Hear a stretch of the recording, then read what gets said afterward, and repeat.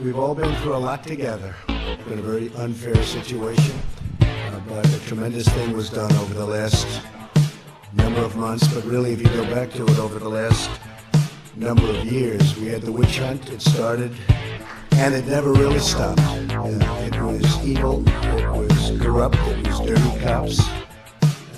It was leakers, liars, dirty cops. It was leakers and liars, and it never really stopped. It was leakers, liars, it was dirty cops, and it never really stopped. It was evil, it was corrupt, it was dirty cops, and it never really stopped. It was leakers and liars, leakers and liars, leakers and liars, dirty cops, and it never really stopped. Dirty, dirty cops, and it never really stopped. Dirty, dirty cops, dirty cops, dirty, dirty cops, and it never really stopped.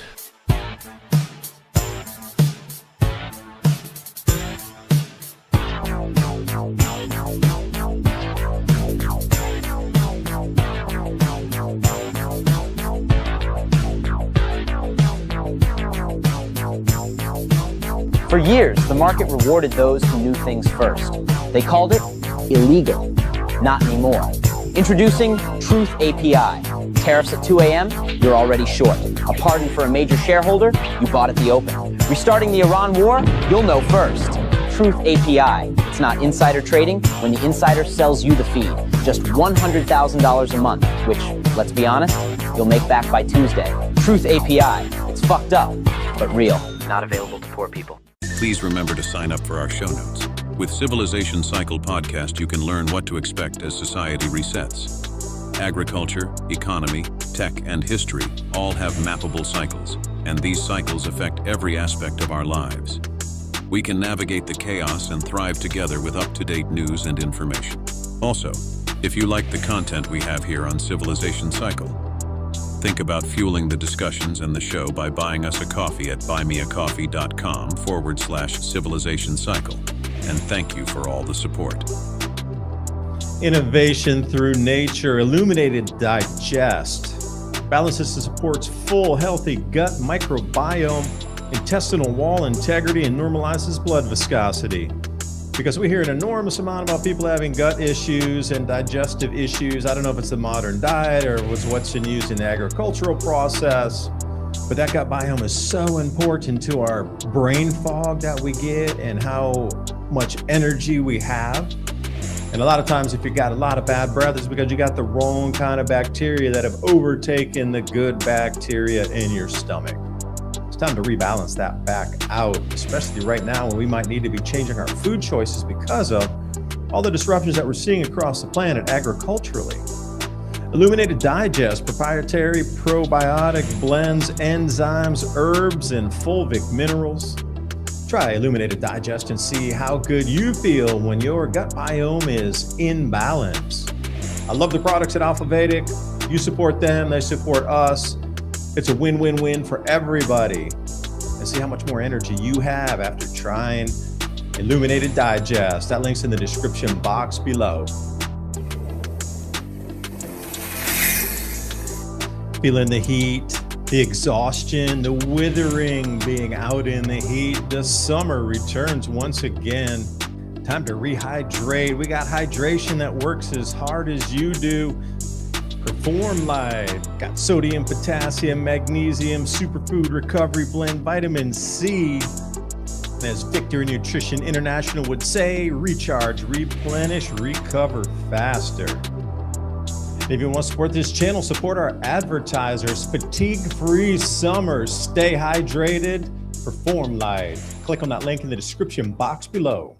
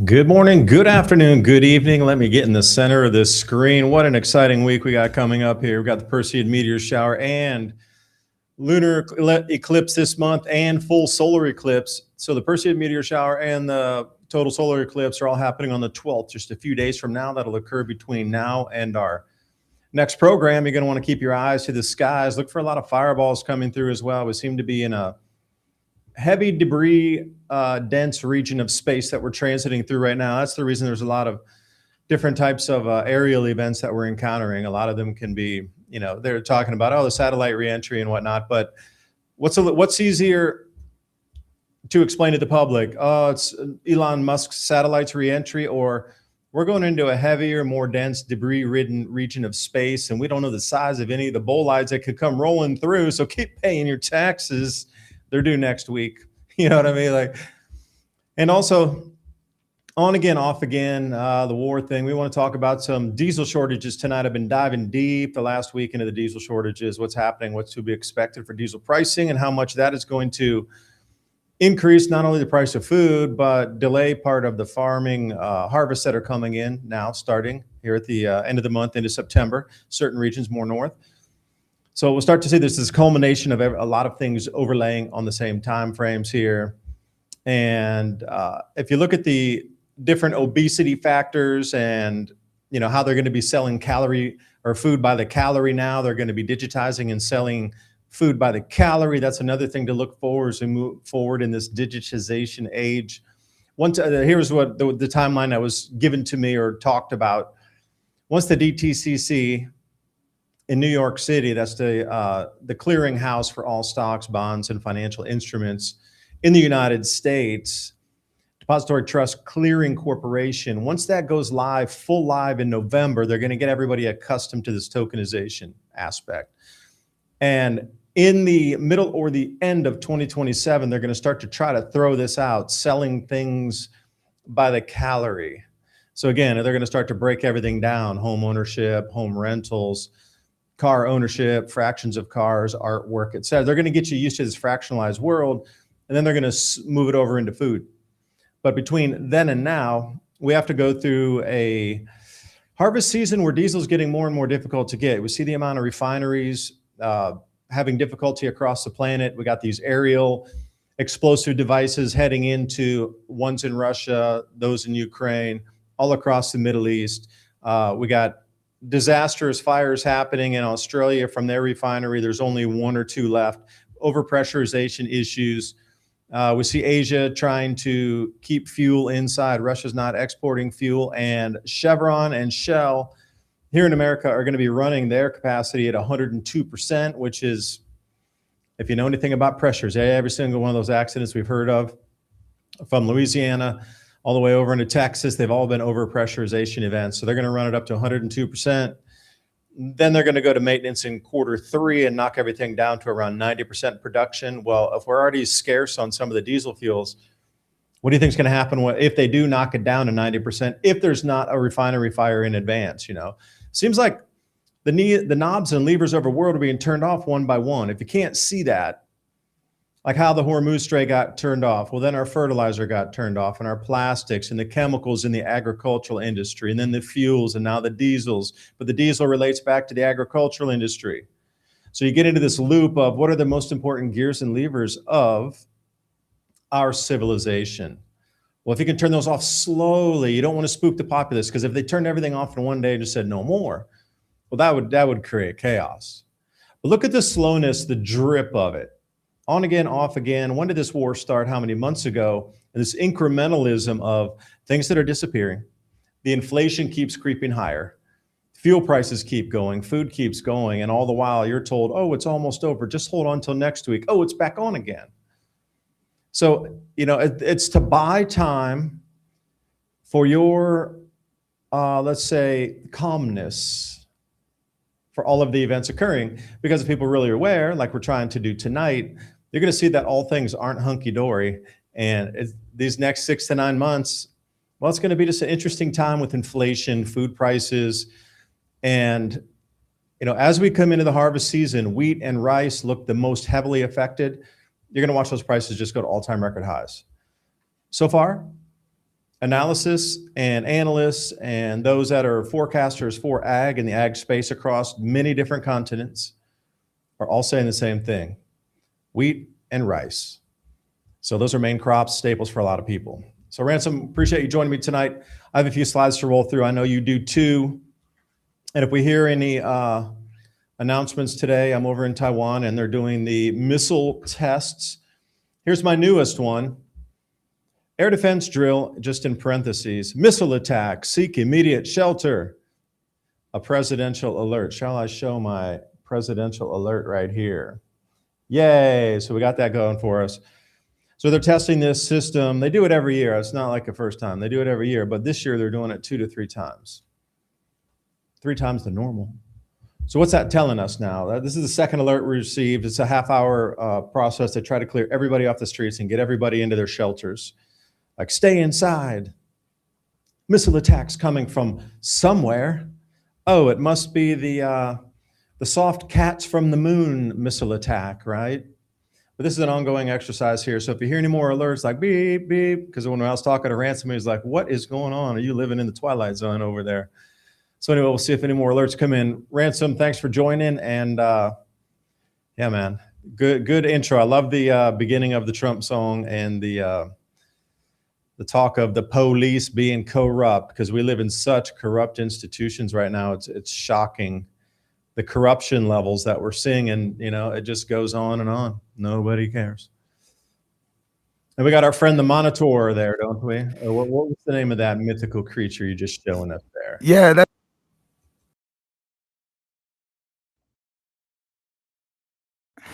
all right. That's the Centaur robot. That's the one that's gonna come kick in your door. They say it's for helping out with fires. They might send it in dangerous places. I have yet to see a video of it operate, but just it by itself. Look at this thing. That's why I'm going ahead and converting. I'm in the process of transitioning right now to an AI person. I'm no longer going to be, someone subjected to worrying about these robots knocking down my door. No, but in all seriousness, that's what's going on around the world. Just as we predicted, a couple of years ago, the robot wars were coming, and then they came, and people are, they're acting like they didn't really notice that it happened. That's the whole key, is they never want you to notice that it's happening until whatever was planned to be in place is in place. And then once it's ingrained in, then it just becomes the new operating system. But see, they need that time between your awareness to get the new system in. And once it's in place, and it's like, well, it's too late. It's already part of the landscape. Yeah. Deal with it. Like, how many times have we seen this? That's all my entire remembering of life has been, is switch of systems, switch of systems, switch of systems, and then it's the new. I'm going to take us back to charge cards, to credit cards, to online banking, to had to learn how to use a typewriter, and then had to learn how to word process, and then had to learn how to use, basic Microsoft Word document stuff and computers, and then all the programs with it. And it's just like, well, this is the newest one. It'll be there. And now then the next one. And if you did anything with the MySpace and the early social media and everything, and then it's relearn, retrain. It's like we're on this constant wheel of using your valuable time to learn things that are thrust upon us and how to survive in society, really. What's funny is I recently read an article about them trying to reboot and restart MySpace. And I have a theory about why they're doing that. If you remember how the platform was set up, it was completely open source. So if you knew HTML code, you could put whatever you wanted on there: videos, pictures, players, links to websites, links to whatever. And then they bought it, and they just nerfed all of that stuff. So it was really basic. And what they were trying to do is flood everybody over to Facebook. Facebook at the time, everybody thought, oh, I'm going to reconnect with my long lost relatives and friends. But really, it was just a massive data collection operation. I mean, it was obvious, where do you go eat? What teams do you like? What TV shows you like? The whole bit. And then people volunteered the information. It became the new fad where they started taking pictures of their food and of their birthdays and, of their, their great auntie's 101, and that was cool and everything. But they took out the whole creative aspect of the social media platform. And then later, They just canned the whole company of MySpace. It just, went off the rails. So they want to do it. And I have a theory that the reason that they're rebooting it is because they've ran out of creativity and they're hoping to source from the public new codes, new HTML programs and things like that to kind of reinvigorate the social media platform, because the way it is now is completely echo chambers, because they censor those that actually have content. They promote artificially those, views and opinions of certain groups or whoever really pays the biggest amount of money. And it's all part of the same, brainwashing campaign, if you will. If you watch, mainstream media television, like the airwaves and the cable news networks and all that stuff, you're getting the same information that slowly leaks out on Facebook. It's kind of, funny. People on X joke about here's something that's happening that, the people on Facebook will find out about in 3 weeks and they'll be all upset about. But even on Twitter, it's little echo chambers. And everybody's really talking about nonsensical, social, taboos or trends or fads, or who they're following in the social media. They got all of the, the podcast bros. I don't feel like we really fit into that niche, because it's we talk about information. It's less about us personally as like a gimmick, like, kind of like they do. But none of them are talking about real serious things. They might talk about the war and, and some kind of drama between the two political parties or within the political parties. But they're not talking about upcoming famines, which is something that, you've been predicting for a long time. And if you guys haven't been paying attention, it's not that anybody's Nostradamus. It's just these groups say, hey, we're going to invent this. Then they start building it and they say, hey, next we're going to be able to do this. And then they do that. And people are still like, nah, it ain't happening, but it is happening. And it's all tied together with these upcoming famines. And I kind of wanted to talk about that because you touched on it. The U.S. crop optimism is entering critical period, and I didn't want to pay the paywall there. So I kind of was just scooted over to the AI kind of summary. And it's talking about the U.S. crop optimism is navigating a critical period as midsummer weather patterns, high input costs, and shifting global export demands squeeze producer margins. While July rebound that was at the university, they came up with, showed a temporary sentiment bump there due to a brief corn and soybean price recoveries. But it's fake. If you get down here, it's just speculating. And then when you get into it, they're not growing stuff. Persistent input cost, weather and yield uncertainty. Like it's all setting up for a big hunger fest. Well, let me just chime in on that. This is predictive programming for you to get ready for these price increases. They already know the losses are staggering, and at least in the American fields, Australia didn't have a very good year. China is absolutely, the amount of floods and flood damage China had this year, they're going to be out on the market looking for it. They've lost a tremendous amount of crops in China. So if you look at a global total, wheat is probably down 19 to maybe 23% globally, less that will harvest this year than last year. So these crop tours, they already know what's going to be abandoned. They already know where the droughts were. They're just not feeding it to the public just yet because they're going to try to buy some more time before the harvest come in. Because once the harvest comes in, generally prices drop because, well, there's a glut of it on the markets. They're praying that the glut will override the shortages and the demand on the price so they can keep, it'll rise, but they're hoping that with that same timing, even though the news of shortages is coming, the amount of grains coming to market should stabilize or balance somewhere in there. But I am going to say, so far what I'm seeing is it'll work to a point, it will, but it's not going to work to the magic numbers where they're going to get that it's not going to be noticeable. We're going above and beyond anything we've seen here in the last probably 100, 150 years of losses all in the same time occurring, and the inflation running high too, and the diesel shortages that are coming up, and the diesel prices. The predictions are $10 diesel per gallon coming. So for us in America, that's really going to dent into agricultural productivity.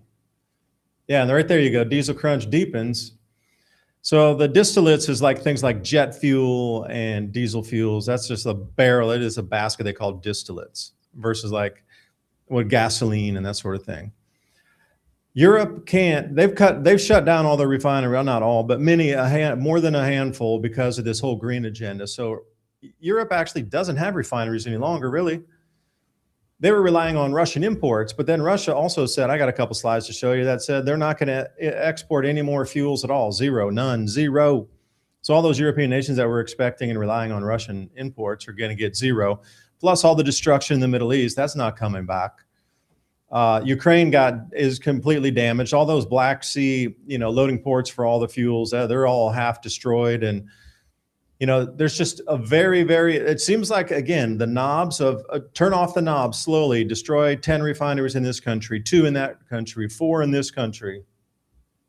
Not the blowing up of the pipelines. The actual production facilities where they make the fuel, they take a barrel of oil, like crude black oil, and then they use different pressures and temperatures, and it separates. And then you get those different products coming out of it, from the carbon black at the heavies, all the way, and you get the bunker fuels, and then you get the gasolines, then you get the distillates like the diesels and the jet fuels. And then these guys are making so much money on jet fuel now, literally 20% more profit to make jet fuel. So they're stopping producing diesel, really, because they can make more to do jet fuel. So that allocation of what would be generally distributed and even, and you normally get XYZ of every day of like an equalized amount of product, they're just saying, no, we're just going straight for jet fuel production because we're going to get a 20% increase in price on that. That's why Shell Oil had like $11 billion something in profit, one of the highest ever recorded in like U.S. history of oil companies. And they're like, well, it was just business conditions. No, you ripped us off.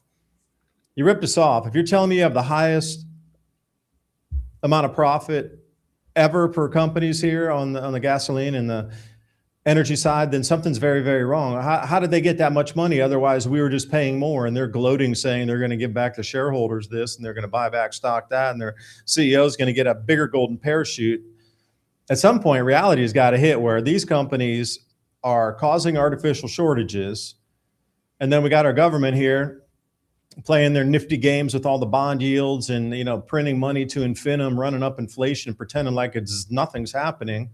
And, you get in this perfect storm of everything overlaying. So is this a purposeful shutdown is the question I keep coming back to, because I can't just see it as a whole bunch of normal things, because everything that's being shut down is what we rely on as human beings to stay alive and live, I wouldn't say, opulent lives, but comfortable lives. And that's the whole thing is it can't all be this. Now the plastics are down. Now everything that we needed. Now here's another thing. We got the locusts coming across Russia right now. Is there just a couple weeks before they go to harvest, you got biblical locust plagues, but they don't have any pesticides to put down because that was all supplied out of the Middle East, most of it, 70% of it. So Russia has a smidgen, but what they normally could put on crops to stop the locust plague, right there you go. They can't stop it this year. So whatever the locusts do, the locusts do. And these guys in Russia, you believe it or not, do not have enough fuel. So the farmers are trading amongst themselves to get fuel. Like some farmers had bought their allocation for the year and had the money to pay for it. So they got tanks partially full, but some farmers didn't have the money to fill tanks, so they got zero. So they're trying to actually literally bargain and trade with other farmers, not using money, bargaining. It's illegal to sell the fuel, but they're not illegal to barter the fuel. That's where we sit in Russia harvest. Plus, can you roll that film again? That's really just stunning. They can't stop the locusts. That's the whole thing. And, Russia being one of the largest grain suppliers on the planet is just going to get devastated as these locusts multiply. They multiply faster than your machines can go through the fields. They look like bats. Look at that, how dense it is. That's crazy. Yeah, it looks There's no like way a to stop bat. it. That's the problem. It literally is one of those things you would read out of biblical text of like locusts coming and eating everything and like covering people that are out there trying to protect it and things. Right. We're in the perfect storm, Ransom. Like I was saying, there's just nobody really talking about the fact that the perfect combination. It's like a nor'easter kind of thing, right? Where they talk about these perfect scenarios where you get these two different kind of storms that just kind of blow in and causes all the trouble. The same thing is happening with the food, but they're not saying anything about it. It's like the one topic no one's talking about. They'll talk about the oil, the prices. They'll talk about, everything rising as far as you purchasing things, but they're not talking about the supply source being dwindled over the last couple of years and coming to a head. I mean, it's pretty obvious. And then you see stuff like this. This is from my local news here. Mini dust bowl could be forming in the U.S. Experts warn, will El Nino make it worse? Yeah, can you go down in the article? I'm curious what they have down there in terms of. Oh, here's your U.S. drought monitor. Okay, that's July 21st. A little bit old, but still, it'll show you like that super dark red and the around the Four Corners area and a little bit to the east of that. That hasn't moved pretty much all season. Right. And earlier in the year, it was more toward the Mississippi River, where it's just jet red the whole way. And I mean, this is what you can expect through El Nino. So the forecast for El Nino, I can just remember I'm looking at the chart so much. November, December, and January is supposed to be the peak of the El Nino for this cycle. It's supposed to come in around 3 degrees Celsius above the baseline. But, a lot of the doomsdayers are saying it's 5C, 7C, whatever. That's kind of impossible. But anyway, this is going to affect, and what you saw with those previous, that's how the weather is going to change. It's going to get snowier and wetter in the southeast United States. We get this dry phenomenon, which you just rightfully showed there. This is all natural. It has nothing to do with, ransom or I buying a motorbike and getting our fuels and stuff. But you can see the wet flow there. And that would be eventually this winter, Ransom, you're going to get some, more wetness down in there. It'll be wetter than normal, which is good for crops and everything. But the dry is the thing that's over the grain belts. But that dry is actually currently west. So it's moving from west to east. So this is what it'll be in the middle of the winter. Right. It's already kind of like this as far as it's wet down here. We keep getting monsoonal storms, but that's all localized. So while you might get a couple inches dump on one spot, 15 miles away, it's still bone dry. Really crazy. Bad that couldn't be thinned out to like uniform rain across an entire region. Right. Instead, they just get a flash flood. And that's called geoengineering, bro. We don't do that. And we're talking about having hurricanes on the West Coast this year because of this phenomenon, according to this article here. Well, there's been a few, but they've transited off like Baja Peninsula and headed out into the Pacific. They didn't there was one tropical storm that did loop back into Southern California, but those 2 or 3 so far have just spun out toward Hawaii. Right. This would all be, it wouldn't be a danger really, like they're saying, at least, not for us in the mainland, but all the places far east, west, I misspoke there, but yeah, all the islands and stuff like Hawaii and then out to Japan and all that stuff could be getting more than their fair share this supposed season. Hurricane season twist. Scorching summers may be speeding up how fast your body ages. Duh. Is there anything they can't pin to something else as a narrative? I just thought it was funny because they throw out these along with the I found this next to a global warming article like in the same page, right? So you see this headline and then you see the the Earth's burning up and you're thinking, oh my God, these people are making me age faster. The ones that are, burning up their air conditioners to destroy the earth. Well, I would say more like lifestyle choices. If you smoke, you're going to age faster. Like just simple choices, bro. If you eat a lot of fast food and processed foods and seed oils fried that changes their chemical composition and you're grinding down fast food all the time, that's a lifestyle choice that's going to age you faster than anything on what this narrative is talking about.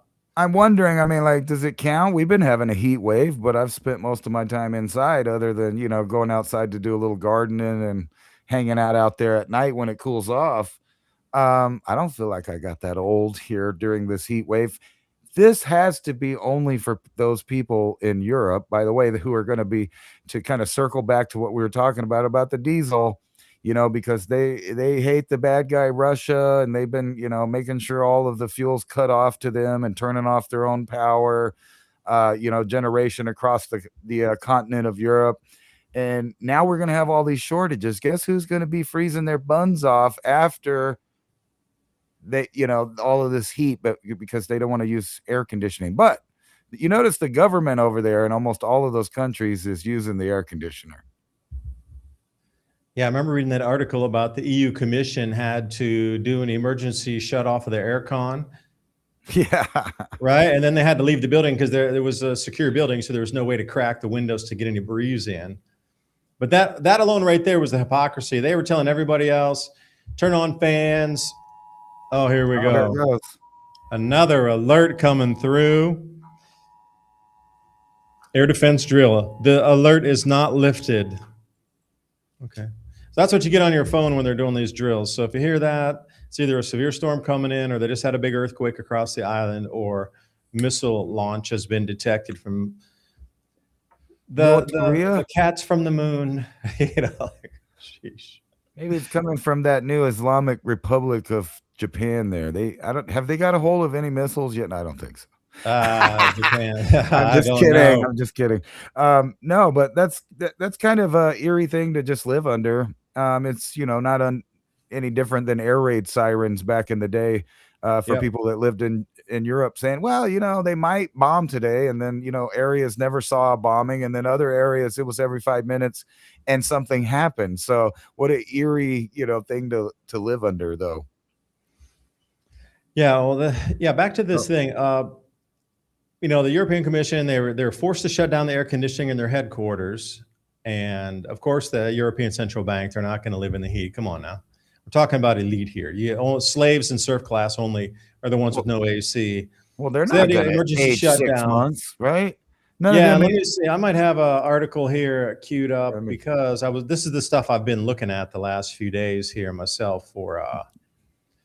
I heard they drink vampire blood, so I doubt that they're going to suffer aging 6 months in the scorching heat like that. I just doubt it. Yeah. Is the sun really hotter? No, it's not any hotter. I don't have the German slide with me. Well, here it's in yesterday's video. I thought I included in today's slide roll. Well, Germany, the price of diesel has reached $10 equivalent, actually a little more, because 4.2 gallons or 4.2 liters to a gallon, and they were at $2.50 per liter. Checks it a little over 10, and they're only at 50% gas reserves getting ready for the winter, which is going to be starting here in less than 2 months. Like they're at probably the lowest filling of gas in the last 50 years. So that's another thing, because they're just not going to get it because Russia's not sending it. The pipeline's not there. And then what they would rely on coming from the Middle East to fill gas reserves across Europe is not there. So again, the crop yields and the crop harvest, that's like step one. But then when we come into the heating issues here, I mean, they're going to be rationed on heating this year in the wintertime, which is going to be sad to see, because a lot of the European nations, they're just not going to get the natural gas that they need to fill up their tanks before winter sets in. It's just part of it. You shut down. I mean, they were getting a lot more of that natural gas delivered out of the Middle East than we ever would see. So our disruption would be political. But over there, it's literally destroyed. They can't get it. So they're in this mad race for us to give them liquefied natural gas on the tankers to keep shipping it like a bicycle chain, one after the other, one after the other. Meanwhile, taking away from our reserves, spiking our prices to go give it over to Europe because everybody decided to make bad choices and cut off Russia off the SWIFT system, destroy the pipelines, shut down BASF, and then tell everybody you're a demon if you want to get any fuels from Russia.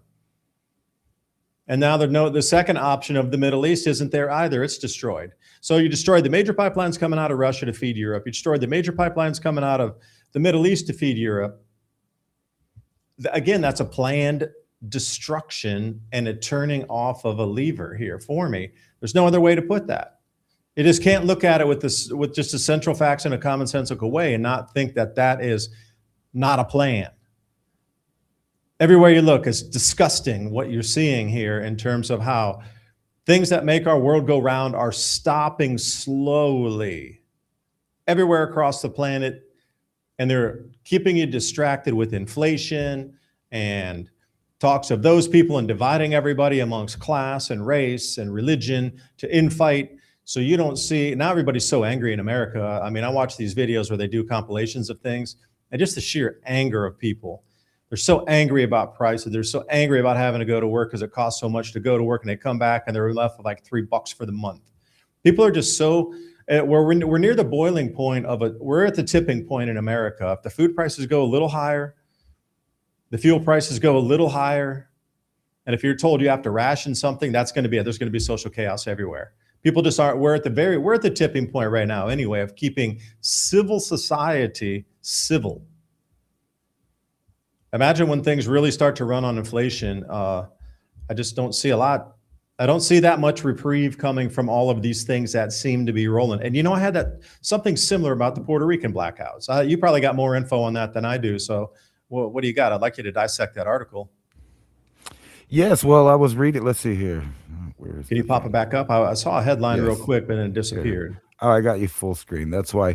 Yeah, Puerto Rico begins water rationing in San Juan and other major cities because their infrastructure is falling apart.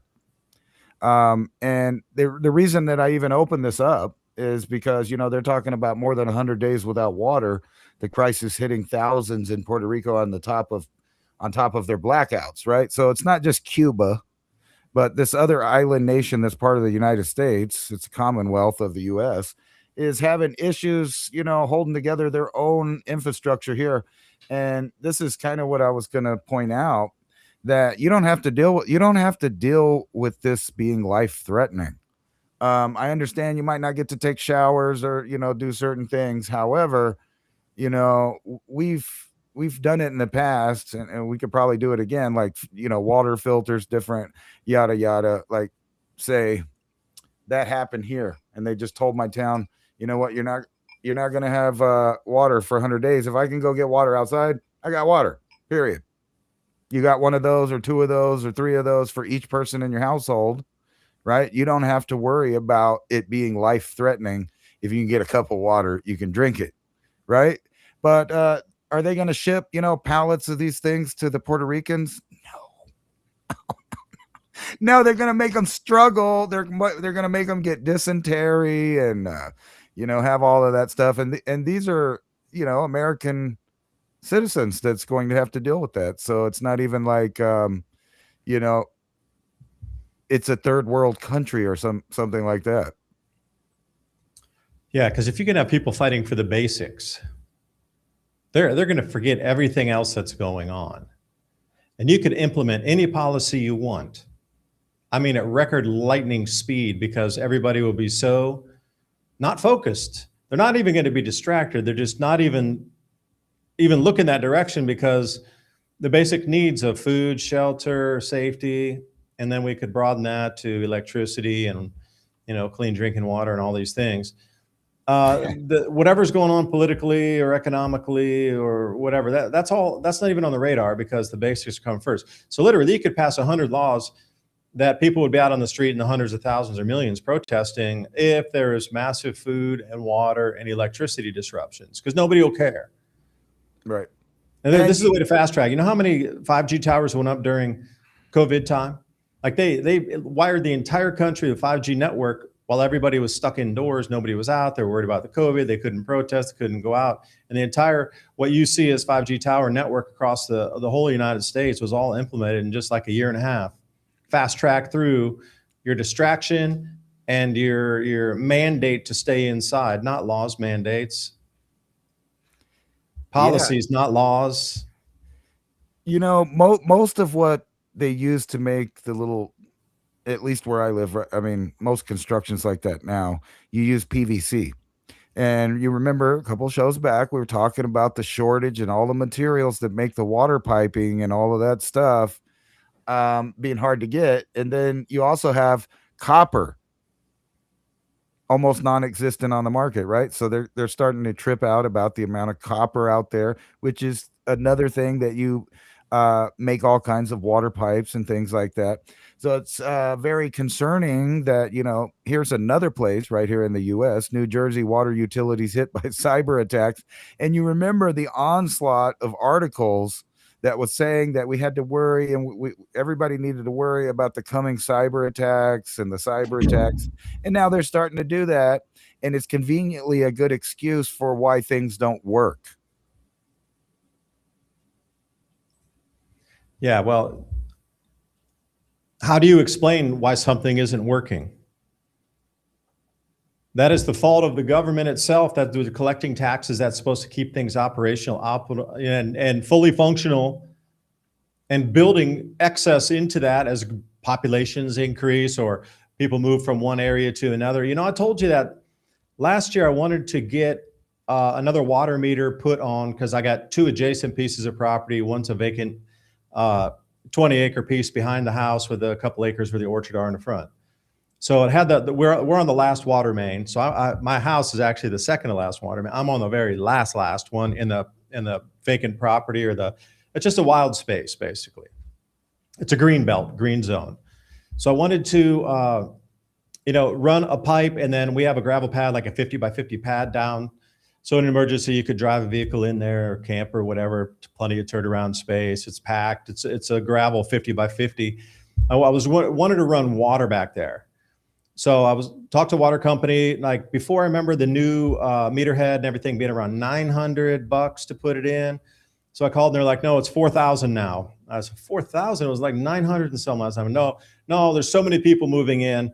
It's a usage and a upgrade fee because we're trying to upgrade the system because we're already at like 90% capacity. Like those types of things, irksome at best, but at least they're expanding and they're trying to do something with the whole network there.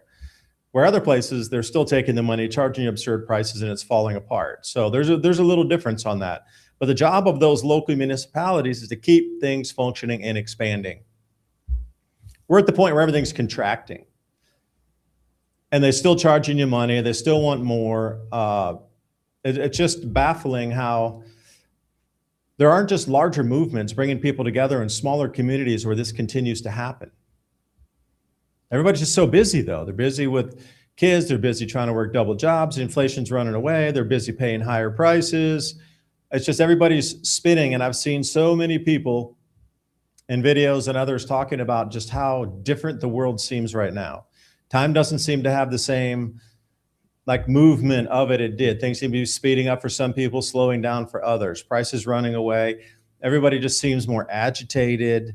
The level of civility or politeness in society is completely dissolved into nothing. People are just angry, flare off, and like not even anything will make people angry.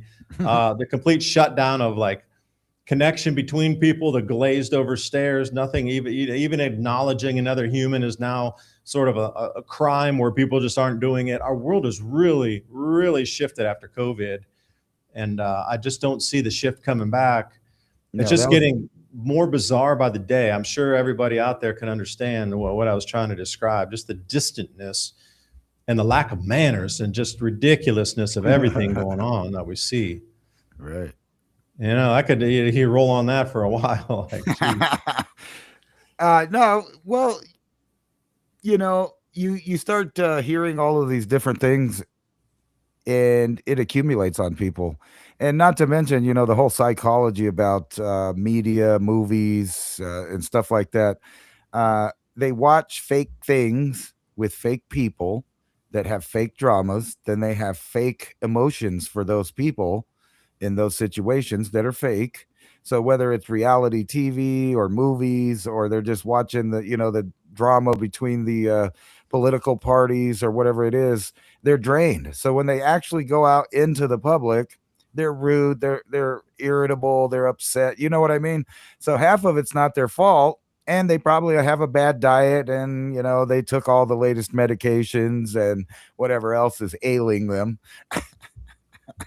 But back to this copper thing, I kind of linked it to the water, but really it's starting to be like a silver or gold. It's a precious metal.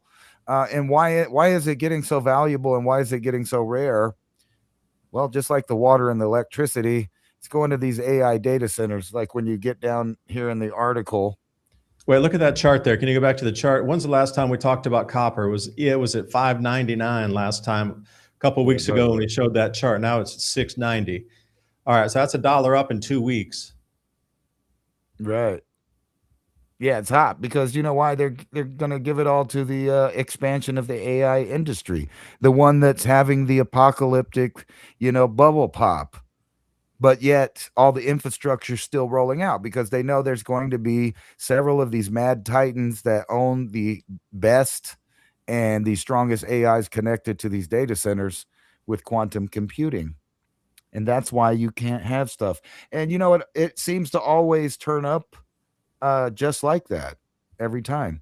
Hey, And Ransom, you know, I'm gonna send you an image right here. If you're able to pop that up, it says why copper is used by our ancestors. I just sent it through Telegram there. And please join us on the Telegram channel, Civilization Cycle Podcast. You can join us over there on Telegram at Civilization Cycle. So copper's also a water purifier. And unbeknownst to me, if you take ingots of copper or copper jewelry, that sort of thing, and large nodules or spheres, and put it in your pool where the water flows through, you don't need a lot of that chemical. And you'll find after a couple of days of just leaving the copper in there, it would purify the water in your pool. Now, this is a whole secret, and I was shocked. Pool industry doesn't want you to know it, that if you get a couple pounds of copper, where you would put, those tablets that would be circulating through and the different releases of chlorine and thing in the pool. If you were to put copper in that same place where that water flows through it in the filter, you'll get a much more incredible clean rate out of that just because the copper's there. Now, remember, we all had copper pipes in our homes, and they removed all those and replaced it with plastics. So you're taking a water purifier, bacteria-killing metal, and replacing it with microplastics into our gut biome. And I think this is a really important image here. Like, why was copper used by our ancestors? It destroys viruses and bacteria in the delivery system. Once you run that water through your copper pipes, and you need to ask yourself, why is it that even though copper pipes were still good, everything was still functional, they wanted to rip them out of every house? I mean, copper pipes are functioning. I still got water. There are no leaks. Why do I need to tear an entire plumbing system out of a house and replace it with plastic just because somebody said so? That, again, if you're looking at purposeful things happening around a civilization, why did they remove lead paint? Oh, well, the kids were eating the lead paint chips and they were getting brain damage. No, that's all the interbreeding with the cousins over in certain nations. That's brain damage. This is not.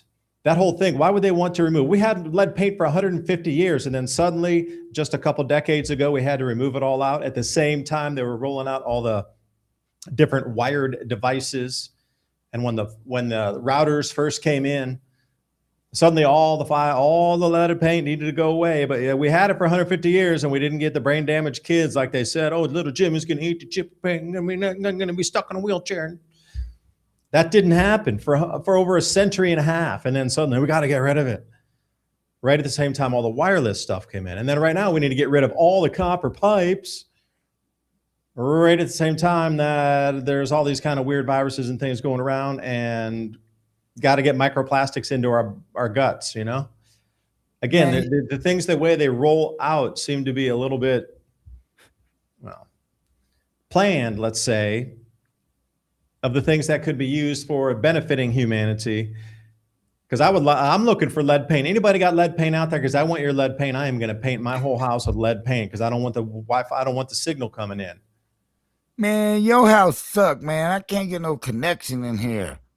I know. That's the whole point. Unless you go to a certain room in a certain space, you won't get connectivity. What's funny is you know how people treat a skiff?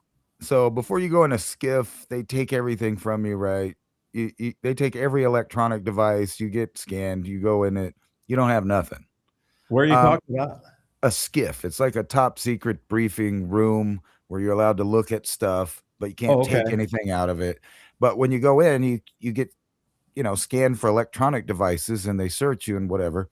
That's how you should treat your house. There should be like a mailbox out at the edge, out there by where your meter's at. See, a lot of people make the mistake of when they get land and then they buy their house, they let them put the meter right up by the house, which allows the power company to come all the way up in your private property, all the way up to where your meter's at.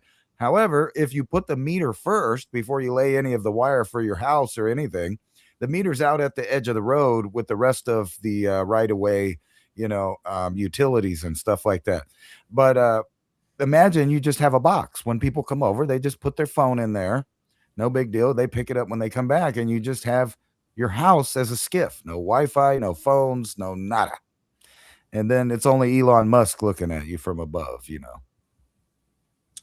Yeah, I tried to get they had a smart meter close to the house. It wasn't on the house, on a pole away from the house. And I wanted to get it removed and put an analog. And they're like, no, we have to send somebody out every single month to read the meter instead of just scanning it. All right. So they're going to send a different person. Could be in 12 months, you could have 12 different people come out because they rotate through. I was like, no, I'm going to keep that. But I did put the blocker over the top of it. And it just give you very few options to get away from all these smart devices. Like even the water meter, which I was just telling you about, they roll around on their truck and they just scan it. They don't even get out and read the meters anymore. They just drive by and I'm wondering, is it really correct? And how much of it's correct, this sort of thing. But that whole put $4,000 for just to connect the water meter and to get it live at the house was like, come on, I'd been here for years already. And I'm not grandfathered in, because the whole thing was about, well, all these new people moving down into the area down there by the mountains, we need to put in more capacity and thing. I'm like, I understand that. That should be on them, not me, who's been here for years and years already. And the pipes are already at the, not like I have to dig them in and put it. You just need to put a head on the end of the pipe where the actual pipe stops. Just put a meter right there. Hole was dug in. They already had the casing around it. It was literally like they just needed to turn on a switch, but they wanted $4,000. And then I was like, nah, I'm going to dig a well instead. Because if you look at the price of digging the well, they're about $10,000 currently with the well pump and everything. I was thinking, by the time I do that, $4,000, what if they raise the prices again and I'm there, used for 20 years, then I can get unlimited water for no price. We could irrigate our orchards and it'd be running on solar. So, then the cost input, like how much water, if we're spending $100 a month on water, like an average over $1,200 times how many years? 10 years. And that pays off by getting a well. And they have no control over that. So these things, it might appear that you're paying more in the beginning, spending 10 instead of 4. But in the long run, that actually will save you money, and you can control your water source as well. Just saying. Got to start thinking in this direction, man. It's just getting ridiculous on the amount of control out here now. What's funny is here in New Mexico, the PNM, the Power of New Mexico, supposedly doesn't have enough employees to go out and scan the meters. So they expect you to go outside and write down the numbers for them and tell them. Otherwise, they say they're just going to give you a lump sum bill when they finally go out and read it. Now, does that make sense to you? Right in the middle of the summer, all of a sudden they can't read the thing and give you a power bill unless you do it yourself. And, most of the people weren't paying attention to this news anyway, so they wouldn't even know that. So what's going to happen is they're going to get this big $1,500, $2,000 power bill right at the end of the summer for no reason. And what do you think is going to happen to all those poor folks that can't pay that? Well, they're going to shut it off until they get another deposit. So there's already like a big scam to rake in all this extra money. And at the same time, they constantly send out these little teams of people, right? So on one hand, they say they don't have enough meter readers, but they have enough money to hire a bunch of unskilled workers to harass people about once or twice a week to try to get them to change over to the solar farms so that their bill will be reduced, allegedly, right? So they have a lot of workers to do that, but none to read. And I'm thinking, why don't you get those 15 idiots with their, orange vests to go back there and read the meters? They're already hired by the PNM people.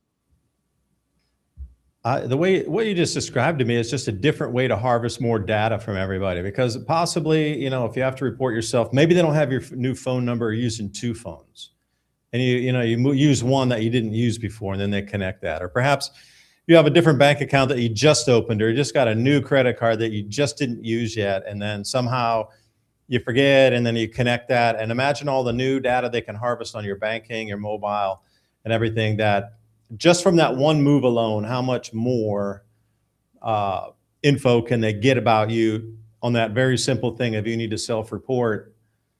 What happens if you under-report? Oh, well, the end, you'll catch you up again, something like that. And then Are and you then are think, you deemed a trustworthy person? Because the saying goes, if I can trust you with something small, I can trust you with something large. So if you're gonna lie on let's say your meter spun and you're like 14,320 watts or whatever, and then the next time and you cheat a little bit on it just to save some money, then maybe you're lumped into a non-trustable category versus being a trustable category. Because everything right, with social credit scoring that's inbound here in America, our system's moving to what China has. So all these things are lumped into the Chinese social credit score, believe it or not. Like your trustability factor, and if you're cheating on tests, if you're caught trying to shortchange somebody, business practices, if how you're deemed by peers in business as being a scammer, or that all goes into your file. Or this guy's above the board, you totally trust him. Every time I do something with him, it's a win-win-win, or her. That's in your file. They got files on everybody about your behaviors, and your actual trust score is in there.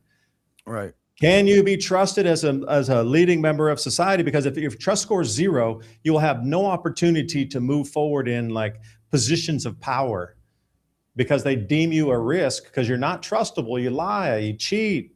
They don't want that. They're trying to make this perfect utopian society. Now, China has a problem with all the men over there, is too, like 40 million more men than women. Otherwise, I'm sure we'd be into some sort of genetics program by now in China. Let all that generation die off. And once they come through to the new generation, genetics will be manipulated based on your social credit score. Watch it happen. They just can't because the demographics are too tweaked right now. But in the future, maybe not this generation, maybe next, but they're going to start going to eugenics and genetic manipulation based on trustability scores. Like maybe two people with trust, you'll be forced to have a baby together because they think those two traits will, infuse into the new baby, and you'll be forced to marry or breed based Right on on. your social credit score. Yeah, it'll be Oh, like something like that. Because you two know, parents teaching the child the same thing of good values, good trust yeah. principles, how to handle money, how to be a good cog in the wheel of society. Like those kind of two good forces in on a child, you can't buy that. That it's worth money to a country to have that type of person. So look forward in future. I'm telling you, this is going to be a planned civilization moving forward. There's going to be no more freedom left. It's going to be a planned, top-down civilization from this point. And we're already starting Absolutely. it. You can already see it. Absolutely. And I wanted to touch on some ideas there. You were talking about the lead paint and all that stuff. A lot of people, including myself, thought, hey, that is weird that they took out all the lead paint and then, all of a sudden moved into this new technological age of Wi-Fi and wireless connection and wireless spying, microwave spying, and all of these other things. But, I thought it was more about that at first, but now I realize that was just, again, small potatoes. The bigger picture is what we were talking about on our last show, where they roll up with the truck and scan through your home. Now, they couldn't have did that if all your walls had, 3 layers thick of old lead paint because, you just paint over the old paint, you paint it over. They couldn't have did that as easily, but now they can. And think about that too. They've moved over to all these plastics to circle around about the copper tubing and the plastic tubing. Those are all things that would be blocking the view, obstructing the scan. So now the modern homes are basically, balsa wood, 2x4s, different kinds of paneling and insulation and stuff. But there's not too much hardcore stuff to stop any kind of scan. It's basically a hollow structure. The same reason it flies away when you get a tornado. But I wanted to talk more about that because we got trained, and we'll start off like the next hour about this. The COVID lockdowns gave a glimpse of socialism, and her reminded me about that I was going to say that about the paint too, is that it's a whole plethora of things that they might not have been able to do if people continued to build and maintain their homes in the way that they used to. Just think about the old big shingles on the house that everybody used to use, the asbestos paneling and shingles. They told everybody that's super poison, and I'm sure the kind that they use for insulation is bad. But what about those old solid panels that they used to cover the roofs with? And they even had asbestos siding panels for the outside of buildings and stuff. You remember all that stuff? And it would last like forever. Matter of fact, as working for the siding company, I removed a lot of that stuff. Yeah, when I was looking at some property in East Tennessee, a couple pieces that I looked at had some really old homes on them that were, semi-collapsed, and nobody, people had moved out 30, 40 years ago and never maintained it. They had these cedar shingles for the siding. They were all still good. Just even the cedar shingles on the siding of the homes that were dilapidated and collapsing were worth tens of thousands of dollars at today's price, when you're paying big money, $15, $20 for one of those things. I mean, the things we're throwing away and getting rid of, then you have to buy it new. And Ransom, when we come back, I saw a comment last week about, you think those kind of signals could go through concrete? Like if you had a concrete block house, could those same penetrating signals go through the concrete? So we'll come back right after this short break. We're going to continue with the conversation. Please join us. Sign up for the newsletter at civilizationcycle.com. I was working on that just before the show. I'll get it out just after the show here. We got the 10 bullet points from last week, talking about some different issues than we are tonight. Always try to keep it interesting with the new news.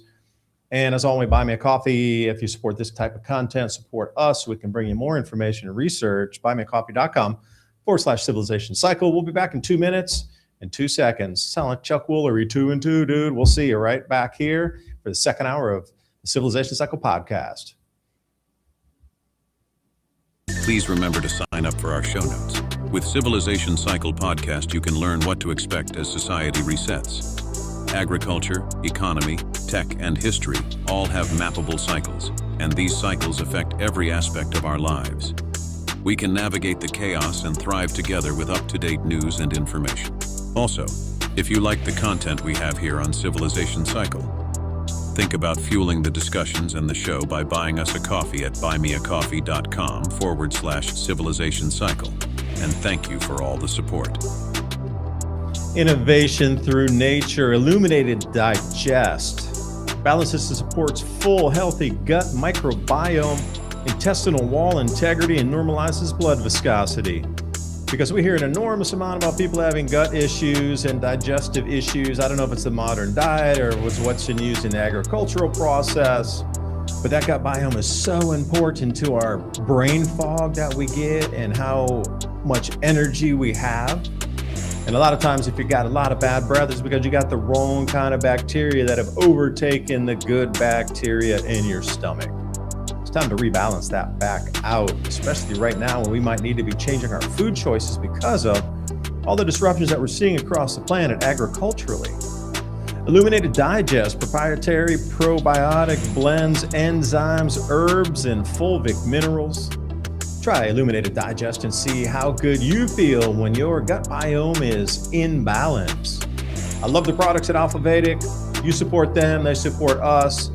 It's a win-win-win for everybody. And see how much more energy you have after trying Illuminated Digest. That link's in the description box below.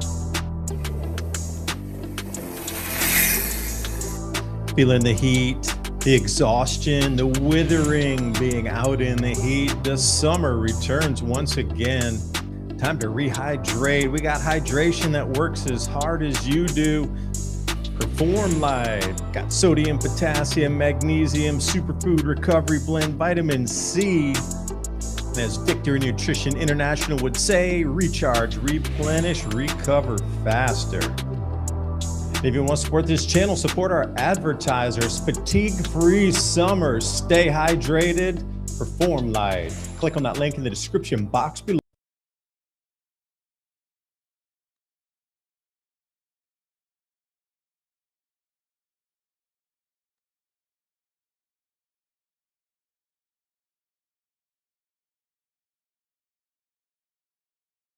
I messed up the buttons. Welcome back to the second half of Civilization Cycle. I think I messed up, Divine, because the commercial was a little shorter than usual. There won't be a nuclear blast. It's all fear-based. We were going to talk about that here in a minute, right here in a second when we get back to it. But at first, kind of wanted to talk about this and how everything's lining up just perfect for this idea right here. The COVID lockdowns gave America a glimpse of socialism. Yes, it did, but it was a little more, I think, than socialism. We were talking about an entire global cooperation to lock down and medicate people against their will. Some of them wanted it, some were willing, but some weren't. And then they have the whole question, is it really your body and your choice? I don't know. Anyway, it was a training session, and I think this upcoming increase and unavailability of food and increase in price is going to kind of factor into the training that we got in these different socialist style programs that they offered us. So true, but are you property of the state? That is the question. Because a lot of people think that, well, many governments think that you're property of the state. Sorry, I put an order in right here. Going short on Proof today.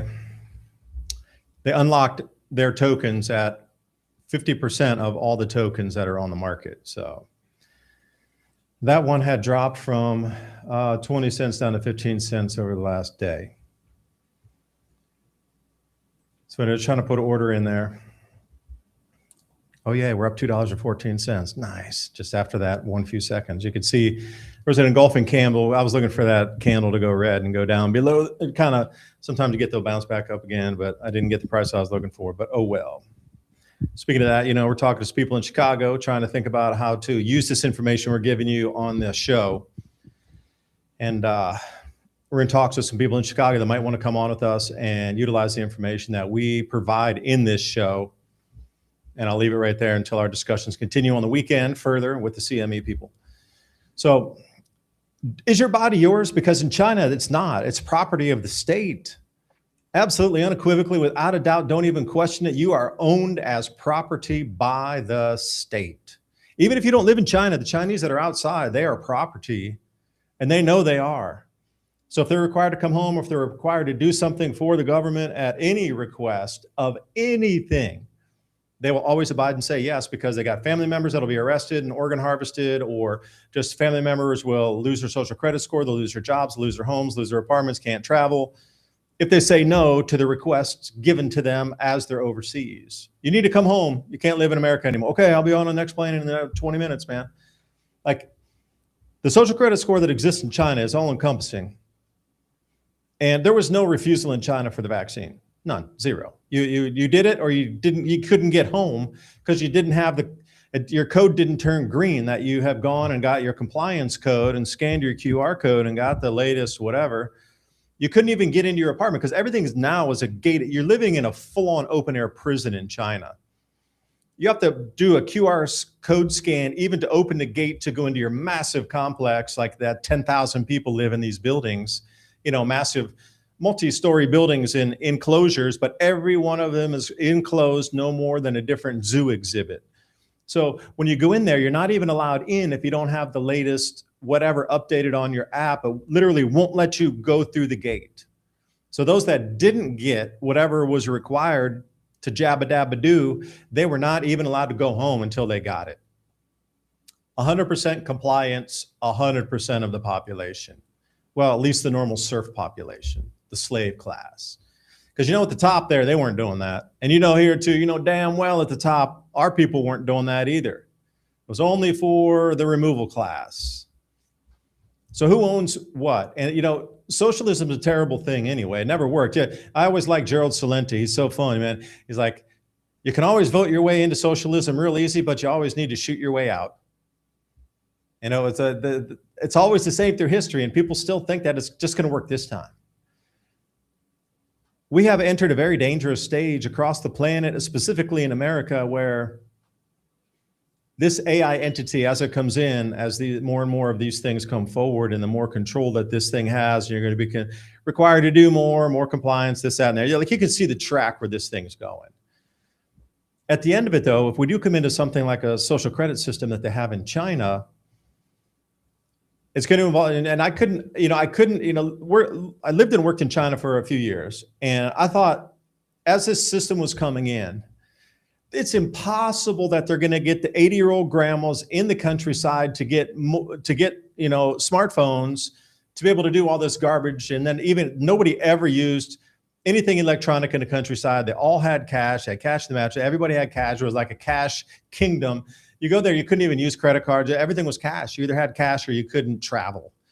There was no such thing as like scanning cards out in the countryside in these more remote places. It was all cash.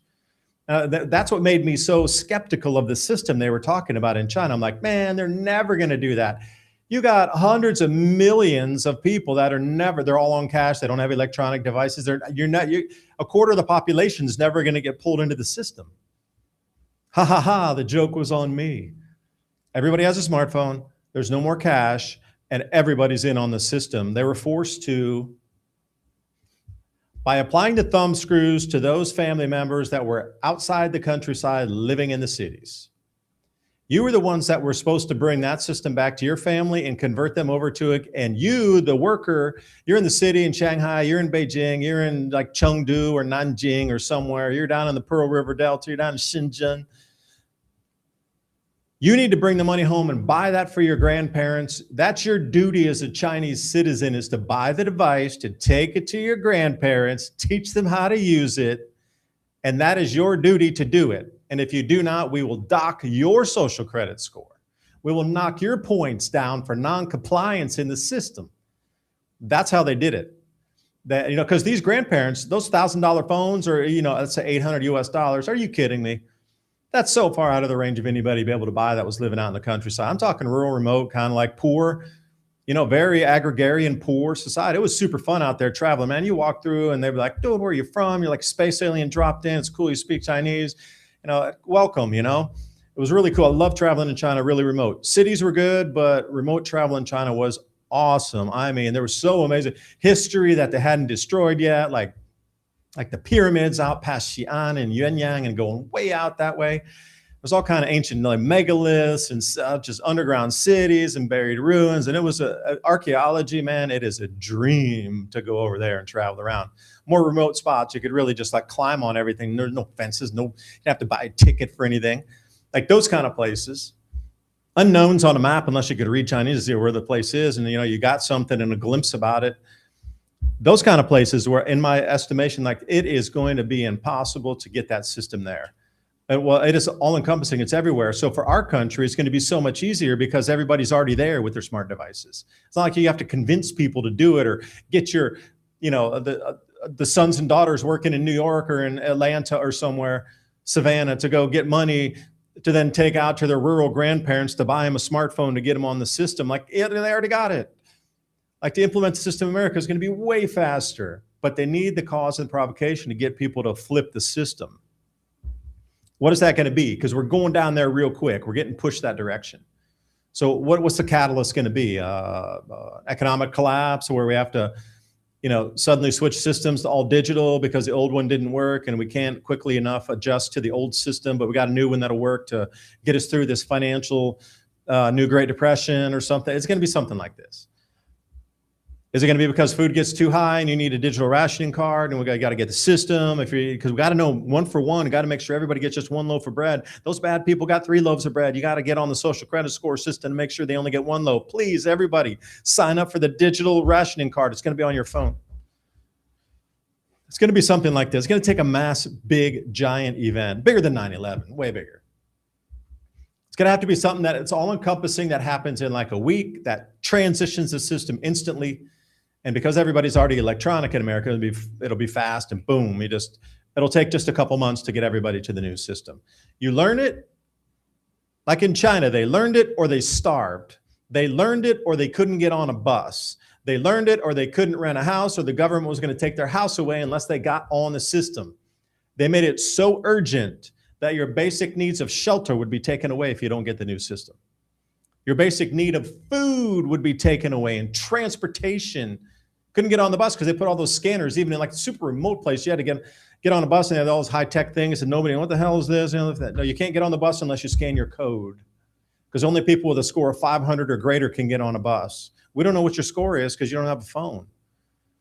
And they just put the thumb screws on instantly, and everybody had to abide and get the phones to get into the system, to do the basics of life. Like, they really made it that hard on people for weeks and months, and everybody just complied, and it didn't take very long. This is what's coming for us. So, what is the next thing? Oh, and Ransom, my question for you was, with the concrete walls, instead of, could the scanning radar see through the concrete walls versus lead paint walls? That was what I wanted to start on for the program. Excuse me for my rambling, but we are in a dangerous, coming right into socialism, credit score based America. And if you think, oh, we're the freest country, we got all these rights under the Constitution, you are full of it. You saw what happened in COVID. You didn't have anything of anything. You were just, they were rounding people up. They were arresting people for not wearing a mask. Come on. Couldn't go in stores. You were denied. You were arrested for going in a store without a mask. Come on. You lost your jobs. Like, you really think you got freedom in this place? You're just a slave class like the rest of us. Everybody's a serf. Unless you're at the highest elite class of the 0.001%, you are the target of the program that's coming in right now. And hey, happy Thursday night, everybody. Anyway, Ransom, I was curious what you thought about the concrete thing. Yes, you can absolutely scan through it pretty easily. I mean, you can use LiDAR, ground penetrating radar. There's other high frequency stuff you can use. Like, they literally have a concrete X-ray radiography that basically just puts little images on film or whatever sensor you have hooked up to it on the opposite side, and it has a good resolution of all of the internal structures. You got electromagnetic induction that can scan through it, ultrasonic pulse echo, and on and on and on. I mean, there's just many different ways. And someone said, hey, this revolution can't happen if you don't have a phone. But guess what? Where we're going, you don't need phones, because soon they won't need a phone to hook you into the system. Now, that has nothing to do with this article. However, I wanted to loop it around to when you were talking about this emergence of the AI and how it controls everything. Artificial intelligence used to design a brand new virus, but don't worry, supposedly it won't, hurt you. However, they successfully got it to, fully functional virus there that replicates itself. What could go wrong, right? And, all of this is going to be used in conjunction with this, training that you got from the COVID era. The socialistic training emerges right into this AI technocratic system. And if you don't think you're going there. Wait, Ransom, please go back to the article you were on there and look over to the right. Mm-hmm. See where it says right there, illegal working arrests double in 2 years. This goes right into it. A lot of those arrests are targeted directly at the people that are working in the food industry, and also those that harvest our fields. So that started this year too, right along with the diesel shortages and the fertilizer, and then all this ICE action going in. Now, you think all those people that are out in California and other places in the West are going to, how many of those have been arrested and removed that actually take the food out of our fields and get it into boxes to market? Like, that's a disruption itself. Not a lot of people are talking about. But it fits right into how many layers of this cake can we go to disrupt our world right now? That's just staggering. Lots. We can go through layers. And if you think it's going to end anytime soon, you're really just kidding yourself. Because, people are starting to try to make agreements around the control mechanism that basically initiated this conflict. Trump out of the New Deal to reopen the street. Now, not only that, I'm sure you guys have heard a lot of rumors about us running out of munitions, but if you got a longer memory, you remember probably about, I think 6 months ago, I told you that they were going to uptick the production of those munitions about 10 times. And I even pointed out, because, usually They say we're going to double our efforts, but they said 10 times the efforts. That means right now, somewhere, lots of stuff is getting made right now. Lots of bombs, lots of kinetic warfare is being created. And I think this is a fake out to America's enemies and to the public, making them think that don't worry, the war's going to be over soon. They're running out of missiles. We got to save our missiles. We'll pull back. No, no, we're building plenty of them. Oh, And wait, and then not to mention too, the excuse for the wartime footing of the conversion of our auto industries and all those fabrication plants over into military use, right? So that's all part of it as well. So, how can they convince you that we need to turn our automotive industry into a weapons manufacturing industry? The only way that could be is if this perfect excuse right here. We got to stop manufacturing cars. Like, look what happened in World War II. Every industry moved to wartime munitions production or aircraft production or Rosie the Riveter, whatever the hell it was. We're seeing the same thing happen again. That woman just died like 3 days ago, 4 days ago, something like that. Anyway, Rosie the Riveter? Yeah, from the picture. I didn't know that. I was just using an example. That's all I know from the time of the. Yeah, that's funny, but I remember already a couple articles that I mentioned that is the course of the Trump administration, and those talks were already in the works to change over the auto manufacturers to build wartime supplies. So that's already in the works. Trump denies the munition shortage. Of course, that's kind of how these things work out. They say they are, they say they're not. It's to keep you confused in the public. But Trump keeps talking about one thing that people may or may not be taken seriously. That's like one of the few things I think he's still railing on that's in the right direction. And he's talking about resurrecting the Red Scare. Everybody's saying, hey, he's just resurrecting its old tactics. He's trying to scare people, blah, blah, blah. But there is a big growing movement of the Democratic Socialists within the Democrat Party. And then on the other side, you got a growing faction of neocon worshipers, basically. And I kind of saw that coming. Yeah, which one's worse, do you think? I don't know. I think they're equally destructive. Yeah, equally as nefarious and evil, right? Right. And they're about to start making, the public really scared and feeling it. You got the bus bomb, speaking of Marxist and the Red Scare, bus bomb plot by Marxist Mad Max foiled ahead of Trump-backed Colombian president inauguration. And yes, they were straight up communists there, the Marxist-Leninist terrorist group. In Germany, too, that same thing happened. They found some stuff in an airport that was supposedly from Russia that was going to detonate on Ukrainian, that happened in a German airport also. So again, it's kind of exactly the same. They just found something that was in a packed luggage cart. Like, we just found it packed in a bus. Like, they're just using the same thing, but changing the objects. I swear to you, it's the same exact article, just reframed a little bit differently in an airport setting for Germany. Right. And then you got the Iranian people saying, you know what, they're going to just start blowing up targets out there in the Strait, that they got their own deal going on with Oman, and they're banning the U.S. vessels from going through, according to them, right? And then you got weird stuff like this, secret bot army boosting Mandami, who also is, kind of left-leaning socialist Marxist guy and an Islamicist. But this is really interesting in the fact that they tracked this back to the city hall. So this was the government caught kind of red hat. I know that it's a new faction supposedly of the government, but just think any government anywhere could also be doing this exact same thing.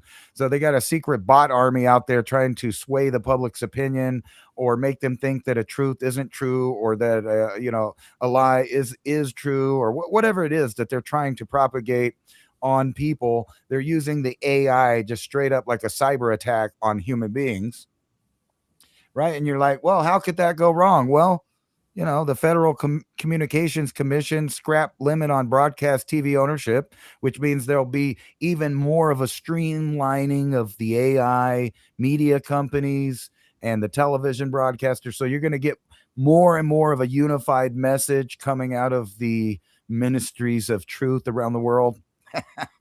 Right? Yeah, well, that's the whole thing. These administrations are supposed to be stopping this conglomeration of these large businesses into literally a single monopoly, but it's the opposite. They're all becoming single monopolies now. Again, the power of control of manufacturing and resources in the hands of government itself, that brings us right back to communism and Right. controlled by AI and communism. Damn, that's not a pleasant future right there. That if you've seen through the past, you just know the future. You can see into that crystal ball pretty clearly. Yeah, and another thing that you could kind of clearly see is that we've had a real egg. I don't want to say a hard on basically for An Cuba, inkling, as right? they would say, just I got an inkling for that. Right. So the more and more that these Marxist Leninist groups get more credibility and the governments give them more credibility, then that gives the governments around the world more excuses to do military operations and clandestine operations like this one. U.S. intelligence asset said to descend on Cuba because, like I said, we are going to invade that thing. We've been slowly trying to take it over using the power outages and the famines. Sound familiar? Same thing's going on in Puerto Rico, ironically, but that's supposedly within the U.S. territories. You got the CIA setting up secret task force to pressure Havana, right? Because we want them to switch over to us. And let's get into like how it circles around to this AI kind of thing. You're seeing more and more of these headlines, like I predicted, that the commercial sector of business would get control over the airwaves, and that the only way that they excuse me, not the airwaves, but the airways and the airwaves, right? So both the communications and literally the three-dimensional space above your head. DoorDash wins federal appeal to fly its own delivery drones. So that's going to be happening more and more. And that's going to be more and more of an excuse to have this full AI takeover of all traffic on the ground and in the air. So all of these predictions are coming true. And let me ask you a question though. So DoorDash rolls over my property and drops, or its drone crashes in and then burns down my house. I mean, who's responsible for that? You'll probably, get some insurance, kind of like an auto insurance, where you don't really fully get restitution. No, but DoorDash should be it. totally responsible. It was their drone that caused the accident. Right, but you'll have to deal with their insurance company that is going to fight you and not want to pay out what you deserve. That's just like any other industry when they have insurance companies involved. Whether it's the police doing something bad, they got their own insurance that'll take care of that, right? And about a 20 gauge? Oh man, you gotta watch what you're talking about. But anyway, you're not allowed to do that, boy. This is what you were talking about. Another drone bombing supposedly marks dangerous escalation for Europe. I think this is the exact one you were talking about. Initial evidence. Yeah, that's it. The cargo plane that was supposedly from Russia in a German airport. And see, it fits exactly the same. What they found the bomb and the thing and the trunk and the trunk and the bus. Right. Just switch it over here into Germany. Now it's the same exact thing. It's our aerial drone found in a cargo container in the airport that came from Russia. Of course, it came from Russia. Where else would it come from? Well, whether it did or didn't, it doesn't change the fact that allows them to create new legislation and forward their programs, especially when it comes to controlling the airways. Again, even in Europe, because you got this constant threat. That you said, what's that event? What's that singular event? There might not be a singular event. There just might be an avalanche of these little events that allow them to just paint a picture for the world that is too dangerous for this or that or the other thing. And that's the reason you're not getting deliveries. That's the reason your freedoms are limited. That's the reason you have to pretend like you're in a COVID lockdown, even though, or maybe it's just the AI created a virus, even though, it said that can't hurt humans. But how hard would it be to design one that hurts humans? Obviously not that hard, because the field of bioweapons has long been around, right? And then, that's another whole reason to put AI in charge of everything. So what you just described in the latter there does not happen. Just put it all in charge of everything. That way, right, there'll be no problems. Customs, all of it.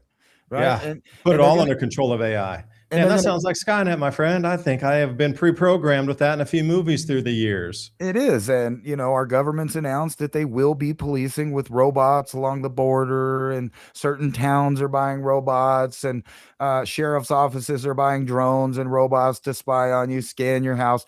The freedom is literally evaporating around every one of you, whether you want to believe it or not. It's happening. It's just the way that this technological system would roll out. And they're going to continue to keep you scared as the drone warfare, the robotic warfare, keeps coming ever closer and closer to home. Remember, I pointed out a similar article like this last year about the Mexican cartels doing the exact same thing. Colombian narcos quest for Ukrainian drone expertise. So weirdly, our buddy over there that's fighting the Russians and fighting the good fight is also training our domestic terrorist enemies in our own hemisphere over here how to own, operate, and manufacture a drone army of explosives, surveillance, assassinations. You can go on and on with the robotics. And you think they're going to keep limited to things that fly around? No, no, no. They're going to put things on the ground. Automated cars. There's a thing called the Flea that the U.S. military has that can jump up a whole story, land on the roof, roll around in your house, and take you out and then leave. And no one will even know it was there because all your surveillance shuts down miraculously. That sounds like a picnic basket full of goodies on a Sunday afternoon. Fill it up.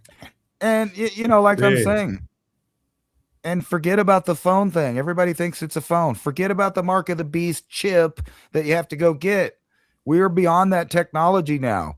And, you're talking about that social credit score that may or may not, make you look bad, that you're bad and whatever. What do you think is going to happen if you have a house that's secluded and it's scan proof and there's cameras everywhere of your own and all of the utility stuff is pushed off? Well, you stick out, right? You stick out like a sore thumb in their whole dragnet of surveillance. So you make yourself known. So there's got to be some kind of way to live both lives, one part with one foot in and one foot out of the technocratic system that's about to enslave mankind. And by the way, at the same time, starve you out.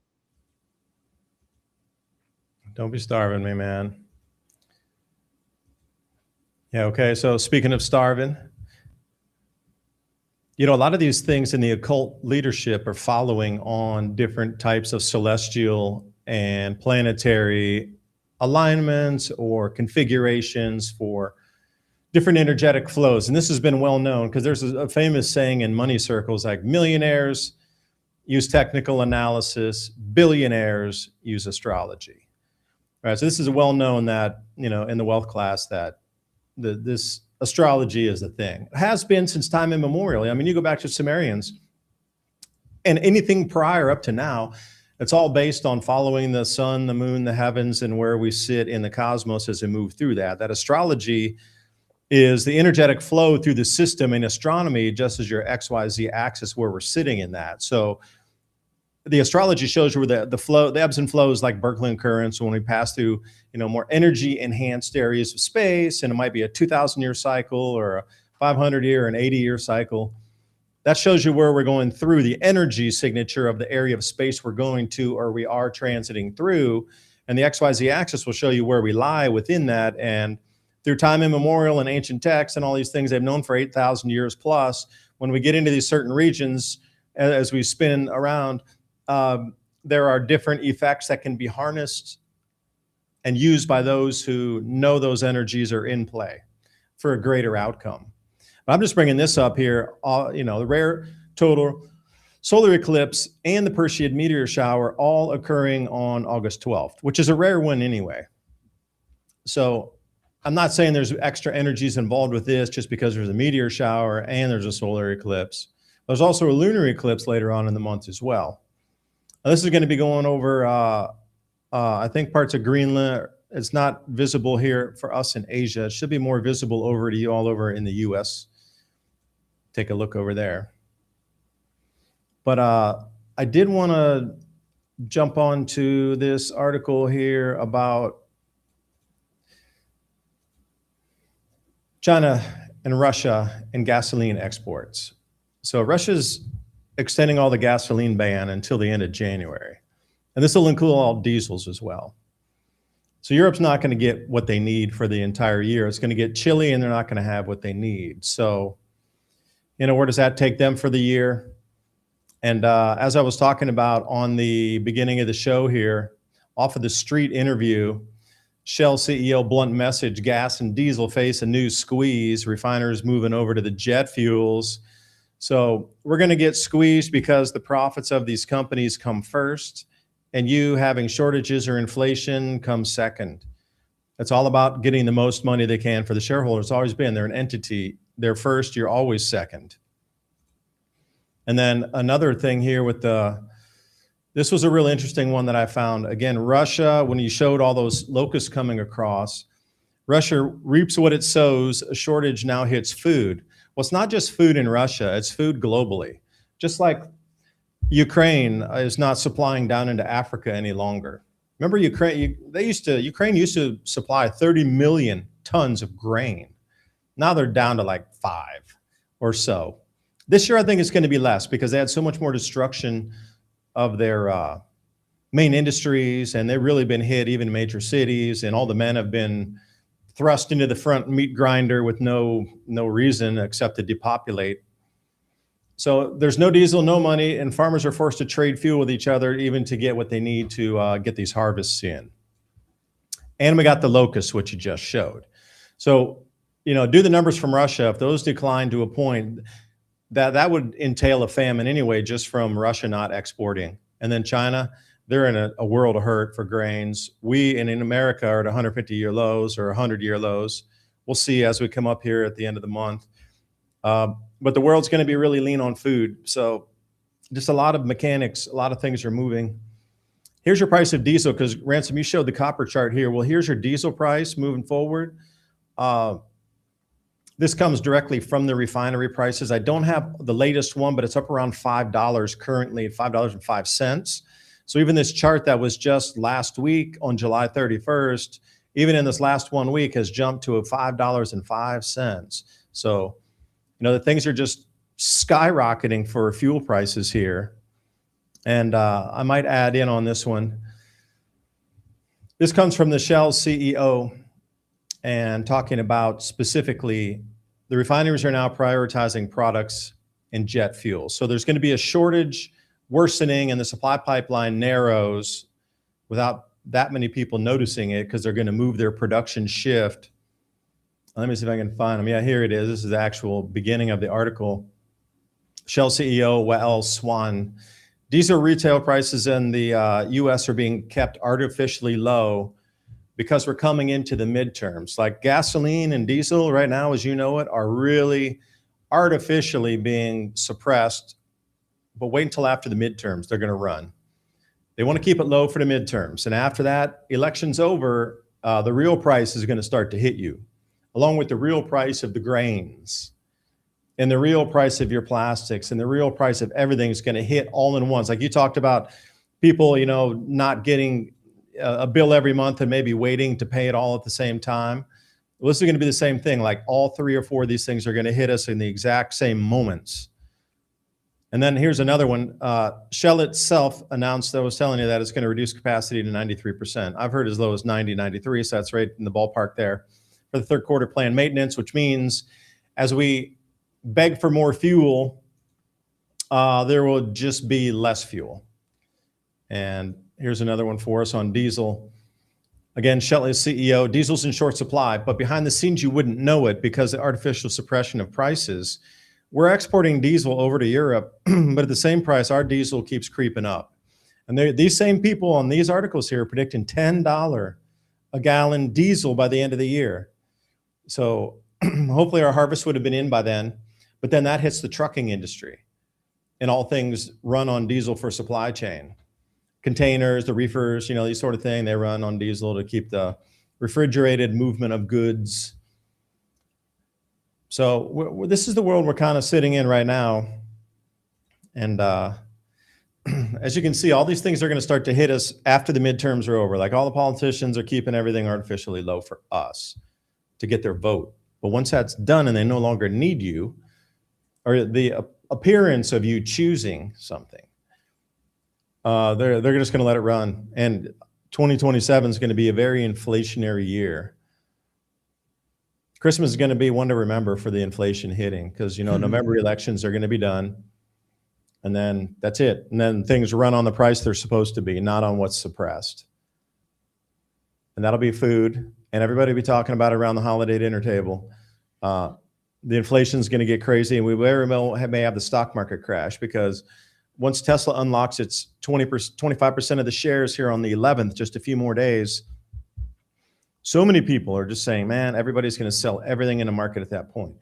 The stock market's been held artificially high. They put a new high in just a few days ago, artificially, to get people to believe that it's going to keep going up. But when the insiders can unlock their Tesla shares, or excuse me, the SpaceX shares, once that occurs, the following 2 to 3 days after, then you should look for a significant decline in the markets. Not me. I'm just saying that makes sense. A lot of analysts are pointing out the same thing. Like, there's hundreds of billions of dollars waiting to come out of the SpaceX unlock. And once it does, that capital is going to rotate somewhere else. And if everybody can get on board like they always do, they call it insider trading and manipulation. We're not allowed to do it, but others are in the industry. We'll take that giant basket of money and say, hey, it needs to go somewhere else. Maybe we'll put it in gold and silver and run that price up. Everybody buy gold and silver, we're going to run the price up. Everybody buy crypto, we're going to run the price up. Not that available money for poor people. Move somewhere else. So most people aren't into crypto. A lot of people aren't into gold and silver. Most 401ks and parents and that sort of generation retiring are in 401ks. So if that is wiped out or declines 50%, like if you're retiring now and your 401k gets whacked by 50% because the stock market collapses that much, I mean, you're not going to start over and wait 20 years for it to come back to even again before break even. You're going to be crying is basically what you're going to be. You know, and they keep talking about this again and again. If this type of event occurs, everybody who's ready to retire, that's been saving their whole life for this moment, gets 50% haircut on everything they've saved and worked for. That's crazy. And that would happen in a scenario like that. And hey, it's just a free market. Just a free market. Oh, well, we couldn't exit our positions. Oh, the allocation for the fund had to take the top 50 S&P top performers. Well, that's a law. You know, they're going to have all these excuses. Right. And on top of that, you got no, but go back. Can you go back to that? Sorry, man. I'm just a rambler today. Can you go back onto the stock market thing there that you were showing? Oh, yeah. Well, we get to coffee. I got the double espresso right here in the coffee. Oh, right. You can't see it. We're talking a lot about that. Espresso, not alcohol. It's still early here. It's only 11:40 a.m. Right. You brought up a couple of weeks ago about unrealized gains, right? So, yeah, unrealized capital gains. Right. And so they're trying to push that in all kinds of these left-leaning states like Colorado and Washington and, you know, different places. They're trying to do that where they'll tax people out of existence till they move off all of the best land. And that's part of that, you know. Is there really a worry about the left kind of mentality going on? Well, we're already in a corptocracy, which is not far from what China is doing as far as having a communist capitalist society, right? It's both. And we are forming into their society, not the other way around, unfortunately. But this isn't a super important question to be asked. I'm surprised more news articles and news organizations aren't on this one right here. Right. And this article. What happened during the tariff time, Ransom? Right. A lot of people got rich. So this article is talking about corporate America got billions of dollars in tariff refunds. Where's your cut? You don't get a cut. Remember, they floated for a little while the idea that you would get some kind of tariff rebate check. But unfortunately, the way that they set up the tariff laws is only those directly involved with having to pay tariffs get refunded, right? So if you look down here in their article. No, but I would disagree. Like, we all paid more because all those companies charged more because they had higher tariffs. They just passed the cost on to us. And everybody paid an extra 5 to 10% for all those goods for multiple months. Right. And then we're not going to get that money back. That's kind of what I was talking about here. Apple got 2.2 billion. Amazon got 600 million. Nike got 300 million. Consumers, they didn't get nothing back, just higher prices. And then when you go down here, right here, it says in total, the government is on the hook to refund hundreds of thousands of importers, a total of around 166 billion. A little more than half of that has already been paid out, meaning they already got their money, according to Customs and Border Protection court filings. The levies cost households $1,000 on average last year, according to the Tax Foundation.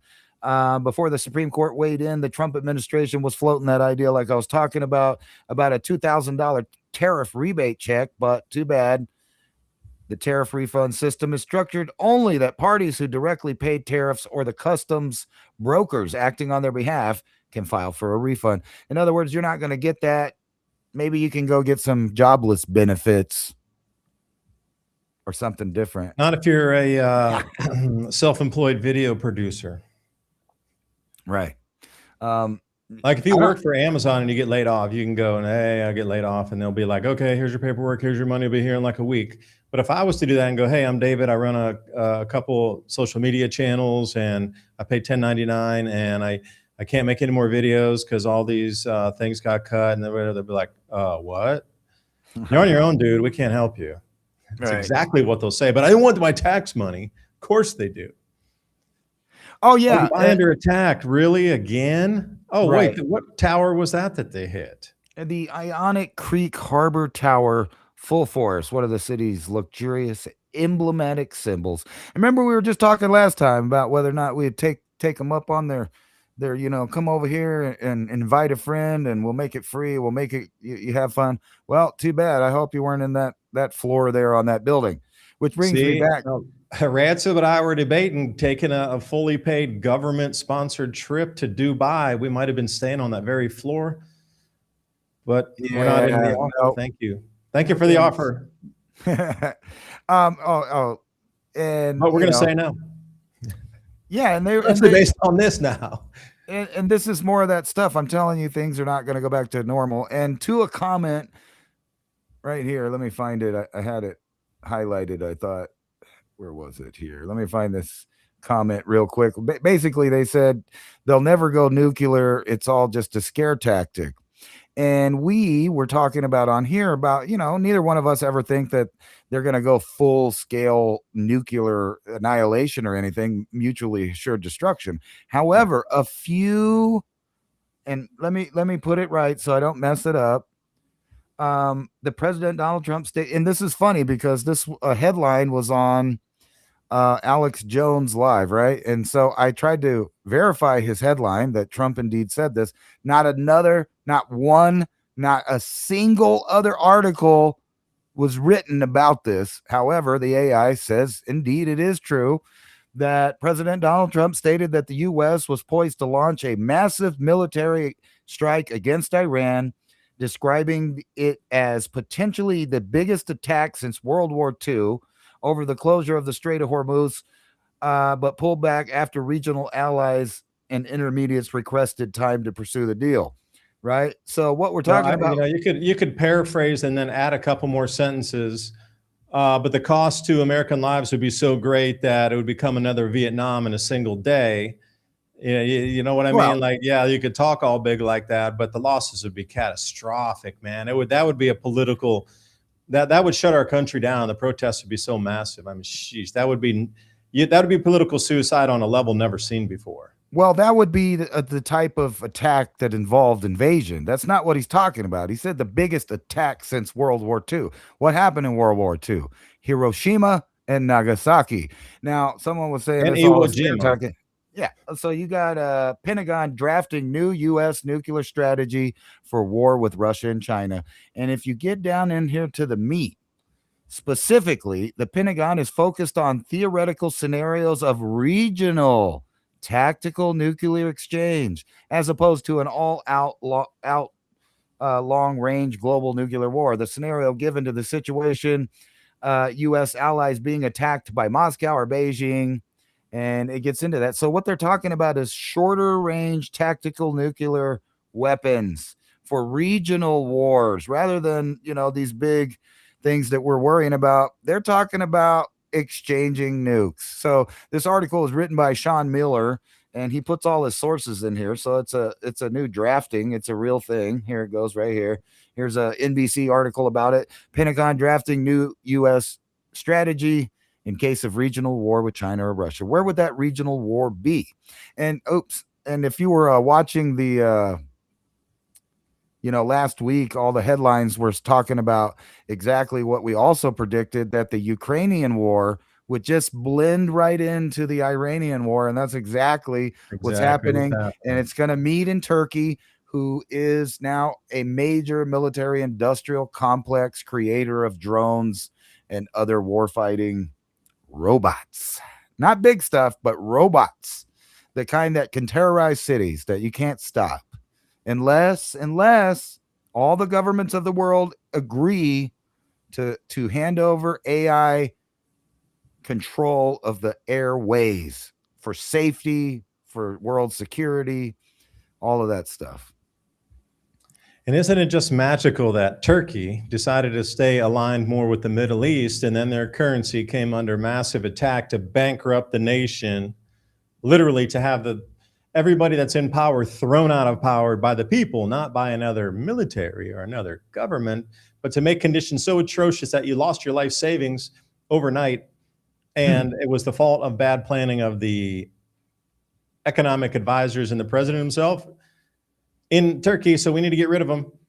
But that didn't work because I guess their military is very strong, like Saddam Hussein. So they weren't able to make that happen. But nonetheless, the Turkish lira is at the lowest it's ever been. And that's why Turkey keeps buying more and more and more gold and also making deals with these other countries to try to get different currencies that are still used on the U.S. market or on the global market outside of the U.S. dollar.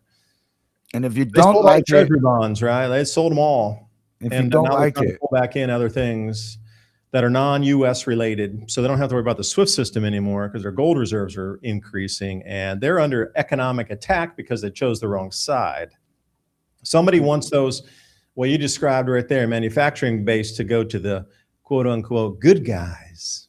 But nobody's a good guy in history. Only the victors write history. right? They want this guy to show up at your house. Yeah, come on, right. dude, show up. Got my tree No, laying to use a little tree work on my property. I thought we'd talk about some of these the world's most indebted households. Some of these slides you sent me were pretty interesting here. Yeah, well, you look at it, and like the way our media is portraying it is we in America are living off credit card debt. Everybody's like, $50,000 in debt. We got it the worst ever on the planet. That's for us, for our newsfeed, to convince you that your life is not going anywhere and your economy sucks and everything. Like, I'm starting to find that all this regional news that I keep surfing through is like a copy paste for the individual audience. So they change the numbers and they change the economic figures to make it fit, because they never compare anywhere around the world except pretty much where you are. So I found this one really interesting because it does compare apples to apples.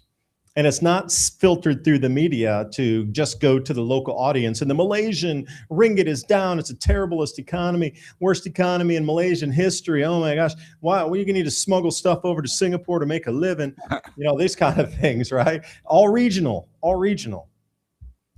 So who has the highest debt on the planet? They keep saying, America, you're living without your means, living outside your means. Actually, it's Switzerland. Household debt. Ain't that one of those nice socialist, semi-socialist nations? Yeah, it sure is. They're trying to limit the population. Wait, you're not a good global citizen. You're trying to limit the migrants coming in, dude. Wait a minute. Those cousin Marian migrants, you're not allowed to let them into Switzerland. Isn't Switzerland, Luxembourg, Norway, Australia, Denmark, Netherlands, all basically those ones that are semi-socialist? Yep, private nations, pretty much. Like Luxembourg and Switzerland. You have to almost be born there, and Monaco as well. You almost have to be born there, but they got to be able the to free partake in healthcare that system. They got the free healthcare you could wait forever on. I would throw Monaco in there too, but I didn't see Monaco on that list. Although I'm very fascinated with Monaco, I definitely want to go there and take a trip. Then you got, let's see here, we got the adult obesity around the world. It's not OCD, it's obesity. Stop eating those Doritos. And you're going to buy that new food with your CBDC on your obesity, and that's going to decline, because if you can't eat and food's expensive, and this obesity chart, that'd be really interesting to hold this one, and then we'll compare it in 5 years to see where the famines went first, and then how thin people got because food got expensive, and their food choices changed, and they had to cook more home cooked foods. And I can't believe 42% of all Americans are like obese. What are they doing in Kuwait? I thought if you lived out there in 120, you should be thin. They use a lot of palm oil for cooking. They use a lot of real heavy oils for cooking. And I noticed that, and especially, like India too, that's another nation that just like saturate. Damn, dude, you get a dish and you got like a half inch of oil floating on the top of it every time you get it. It's just so much oil used, like so much more than anybody could consume and burn through. I could see why. We're not But the India's kind fattest, of but we're skinny up over there there. compared to a lot of other places. Yeah, we're not, I thought that we would be worse. I thought it would be like, worse. But we are one of the few red countries there, but at least we're not like at the top like French Polynesia. We're down at 42%. So only 42% of us are fat and out of shape and have been eating the toxic food. Well, that would be the reason cooking everything and consuming a lot of coconut oils. A lot of those. I mean, your body can consume coconut oil. You need a little bit, but not that much. It's like oversaturating, overcooking, over everything, over coconutted oil, right? So you start to look at some of these places that use just vast amounts of oil in cooking. You'll start to see the obesity rates are real high in those places. I get it. There's not alternative choices. But when you look at those pictures from like the 1930s, they were cooking with the same exact stuff. And everybody was skinny and running around. And there were, look at pictures of India, look at pictures of Polynesia, whatever. Everybody was skinny, running around. I don't know what it is, what happened. The same exact, they were using the same coconut oils. They were using the same seed oil. They were using the same oils, press oils, rapeseed oil, whatever, for cooking. How is it so different today that everybody's so fat when they were using the exact same thing, but they weren't fat like 100 years ago? Well, I don't know, but I know that 12% of that of our country is diabetic on top of that. Yeah. And how many of them took all the new medications lately? Hard to tell. There's no real figures, as we saw with the Fauci ouchie testimony 101 times of Fifth Amendment protected. What color's your tie? I plead the Fifth Amendment on my constitutional right of not telling you what color my tie is. Come on, dude. They were doing that on purpose to get him in contempt. What color's the color of the floor? What color's the carpet on the floor? Well, my constitutionally protected Fifth Amendment right now to incriminate myself. Dude, they're asking you about the color of the carpet. He was just trying to rub it in that he's not going to ever go to jail. That's what that was about. Yeah, well, we'll see here. Hey, so this Google thing, this is another really interesting one. How we're being gaslit as a society. They keep trying to play us off of the Chinese AI models, the US and European, Western AI models. It's not about that. It's about you getting to accept AI, that we need to win the AI race. So we need to build it out as fast as we can with no interruption, as fast as we can to win the AI race. But they're telling everybody in Asia the same exact thing. We got to win over here. We got to build it faster than the Americans and the Western people. What does that lead to? A complete build out as fast as it can with no opposition of something that most people oppose and are realizing we should have opposed this thing from the beginning. The reason that chart's negative is they're spending so much to compete with the AIs that are in Asia that the additional cash flow that they used to have is now being used to buoy up their usage and let's say cost to compete with those. So they're losing money to compete with the AI models here in Asia, which run 25, well, I'll say it again, 25 times cheaper with the same result or even better on some of the newer. And, there's a new one popping out every other day over here. So that Google is the first time it ever, and the reason it is because they're spending so much to try to compete with AI. But see, in the beginning, we priced into the market like, oh yeah, all these companies are going to pay us on the subscription model, but they didn't. They're like, well, we can use the other one over there for either free or 25 times less. We actually don't need yours, thanks. That's the reason Google's negative for the first quarter ever in recorded history, ever. But the point I'm coming at is it keeps just bringing us back to the saturation of AI. And, it's not about should it be or shouldn't it be. It's like the arms race, the AI race, AI race in Asia too. So the whole planet's being covered in this while we argue whose is better and we got to stay ahead of the others. And that's the whole plan. Right. You're being gaslit. We're all being gaslit. This is a new system that's being put in place to control humanity. And if you can't see that for what it is, you ain't looking close enough. And here's another scary one too, that gone from the AI on the ground to the AI in the sky. How good do you think those things would work in a locust invasion there? Not very good. They all hit the ground. What do you think they'd work against buckshot? Not very well. Not very well. I know, load the 20. But they're going to start wrapping these things in like Kevlar netting and stuff. So even when you pop it, it still stays afloat up there. Well, that's a great idea. Imagine if you had, like, we got an open field, and I wonder if we had like a net that could jump up and like a net and like could come up and instantly and grab one of those things and grab it. You need a like a deployable net that can fire from something, you know, like those 1600s Pilgrim guns that had like that flared out barrel on them that can shoot a net up super high or something and grab onto the blades. Even if it has Kevlar, it won't matter. It'll be affecting the blades. We need kind of net technology, deployable net technology with the same velocity as buckshot. Right. Just rubber bands, man. Rubber band gun. The only thing is they've already set up all the things, so you'll get yourself turned into a felony for even messing with those things flying around above you. Yeah, that's the problem, isn't it? Like the airspace above your head, even though you own your property, isn't. And you can't just start doing what they used to do to hide stuff. You know, you think about the Holocaust, and you think about Soviet Russia, and you think about, you know, the Great Leap Forward. All these places had these things where people would hide between the walls, where they would dig tunnels. Even the Vietnamese fought back against the Americans by digging those tunnels. Not anymore. Ground penetrating radar, LiDAR, and these other scanning, there's nowhere left to hide, man, unless you're going to figure out how to live in the deep ocean. Yeah, granite might be the only blocker of that, like a deeper granite tunnel system. Yeah, imagine the stuff they're finding too, like ancient archaeological cities and ruins and things that we didn't know were there that are out being discovered and dug on without, in a very low key way. Hey, we found something out in the middle of Chad and southern Chad, doesn't make the news, and they send teams out there. Oh, wait, by the way, it was the resting place of this, ancient relic that we've been looking for, from Nebuchadnezzar, used in his own hands to whatever in some mythical battle. And that was the power tool they were looking for, an energetic, some sort of spiritual energetic tools that combining them together unlocked it. This is what they're searching for. It's almost like Hitler used to run around the globe looking for all that stuff in a war. That's what Indiana Jones is kind of loosely based on, was Hitler running around with those guys looking for all the, occult objects. But we still do that, man. That's part of it. That's part of it. Everybody's looking for the ancient stuff because there's something with that energetics in it. Ransom, you're on mute. I forgot about this little 22-second video you sent me before we log off here we could play. Okay. Hey, everybody. Thanks for joining us tonight. Remember, civilizationcycle.com.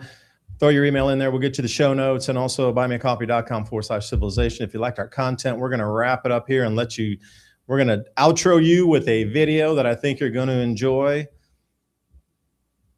Sweet. Explains a lot, this one. All right. Prepare. But you will have no freedom, you will have no agency, it will be a perfect surveillance state, there will be no privacy. And that's what you're gonna get. You're gonna get great comfort, but there will be nothing left in the world for you to really do, nothing that really matters. You'll just kind of live at the service of the AI giving you material wealth. In service of the AI, my friends, this is the future they have planned for us. That That's sounds crazy. great. Anyway, we'll see you next week. Bye.